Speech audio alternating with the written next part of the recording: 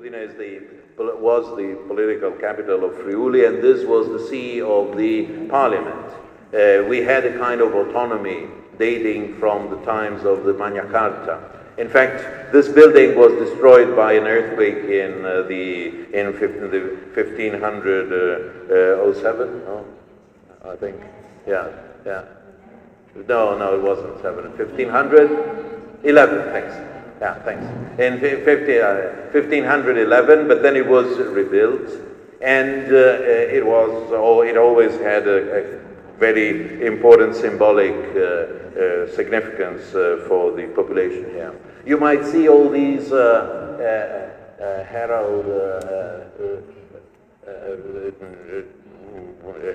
heraldry symbols and coat of arms. In fact, they're called in English, I think. And there are so many because they were the coat of arms of the Venetians superintendents that used to be here. And the Venetian superintendents were replaced once every year, so as to reduce all risk of corruption from the local people. So that's why we have so many. There are very interesting paintings, but the most interesting paintings in this building are the ones that are not visible, or that are not visible so clearly. And this again, I think it's significant, because here there are the Tiepolo. There are many Tiepolo paintings, but they're not the most visible ones. And I always thought that this was quite significant, because in order to be able to appreciate Tiepolo, well, we have to do something, and all of us are sort of handicapped in actually appreciating Tiepolo, because you don't see him. There are some paintings here. All these figures, they are from Tiepolo. But as you see, in order to appreciate the most significant works of art here, you have to overcome some kind of difficulty. More obvious is the other painting that you can see at the very end of this corridor. This is Carpaccio. That's more obvious. But again, I think that really it is our duty to make our museums more accessible to everybody, because culture is a common good. There is no, as a mayor, my goal is always the well-being of my citizens, all my citizens, because again, well-being is something that either is enjoyed by everybody or else it is not enjoyed. It's not something that we can hope that only some privileged people can enjoy.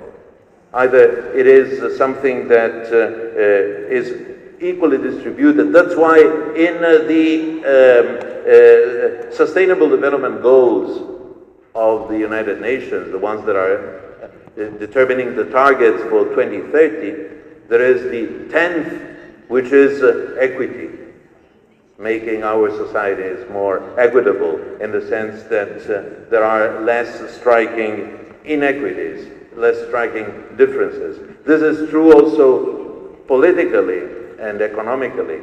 Probably Europe is out of the recession, but in fact the price was that huge gaps between the rich and the poor have been created by this recession. And this is what, as politicians, we are trying to address. But here, of course, we're talking about another potential inequity, which is ability. And as I said from the very beginning, all of us are disabled in some sense, and are disabled in some moment in life, or some member of our family is disabled. So whenever you make like a museum more accessible, you're actually doing something that is good for all the people. And what is, I think, also quite important, as a mayor, I learned this very, very early on in my activity, Disabled people often are the best counselors. They point out the best so-called antennas of what is not going on correctly. So if you listen to what are their needs, in fact you are doing something that, again, it's beneficial for everybody. So it is sort of like a Copernican revolution. Now it's not the disabled person who is disabled and so he cannot enjoy or the environment or the built environment, but it is precisely the opposite. It is the built environment that makes people often disabled. If you go in a train station and if the notice board is written too small, no, everybody has hypovision. Or again, if you build some kind of barrier. I know that the moderator here is an expert. I learned that he's an expert in reducing physical barriers. We know that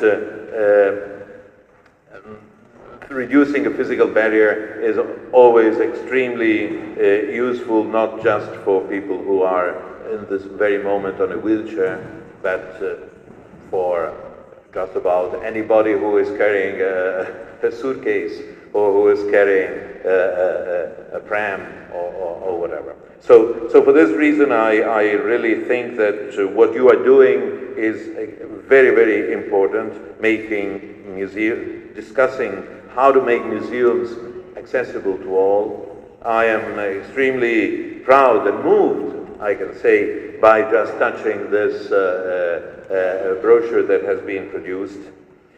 And really, in my introduction here to the I don't know whether to this or to the exhibition, I tried to list all the various goals from the Sustainable Development Goals of the United Nations that are in fact involved in this very prestigious project of yours.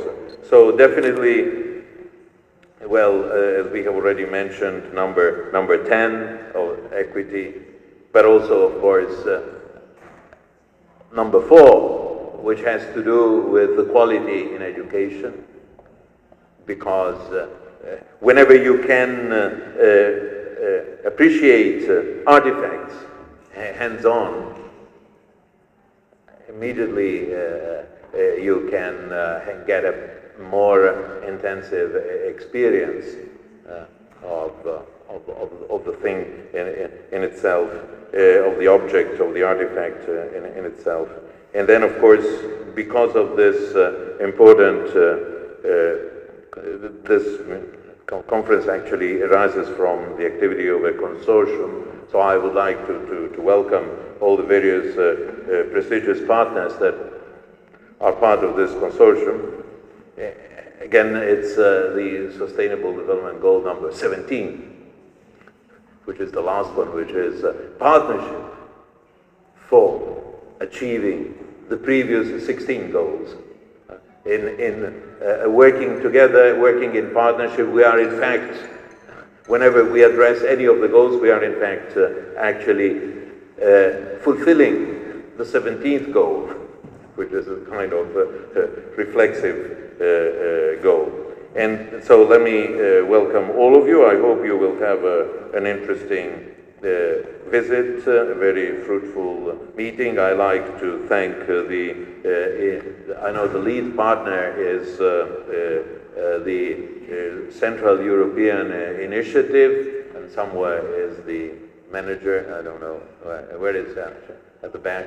So thank you for your leading. Just let me close by wishing you a very enjoyable stay in Udine. If you just look around, you will see all the mountains here, and it is very, very easy. Many of these mountains, just the ones here on my right, it is all Slovenia. Although many of these are Slovenian mountains. Further north, of course, you can have a glimpse, but maybe it's not so clear. But let me just mention that there is one of the highest peaks that you can see here. It's called, at least we call it in Italian, Mount Canin.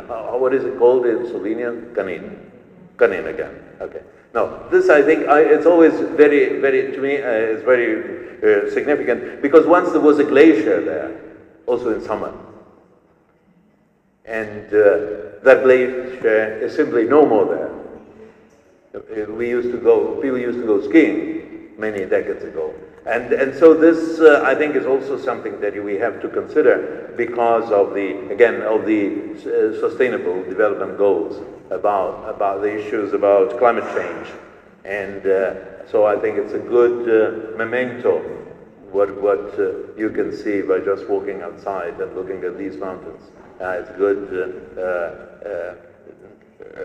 advice on what are the responsibilities that we have towards future generations as far as the sustainability of the planet. But again, closing, I think that this sustainability can be achieved only if we build an inclusive community, an inclusive society, because diversity is again our strongest, taking into account diversity is our strongest strategy. And so for this reason, I think that what you're doing is extremely ethically, at a very morally, at a very high level, and so I wish you all the success, and I sincerely hope that this museum has already quite improved because of this project, but I hope that it will carry on improving together with all your museums so that they become living museums and hands-on museums. So thank you very much, and I wish you a fruitful conference.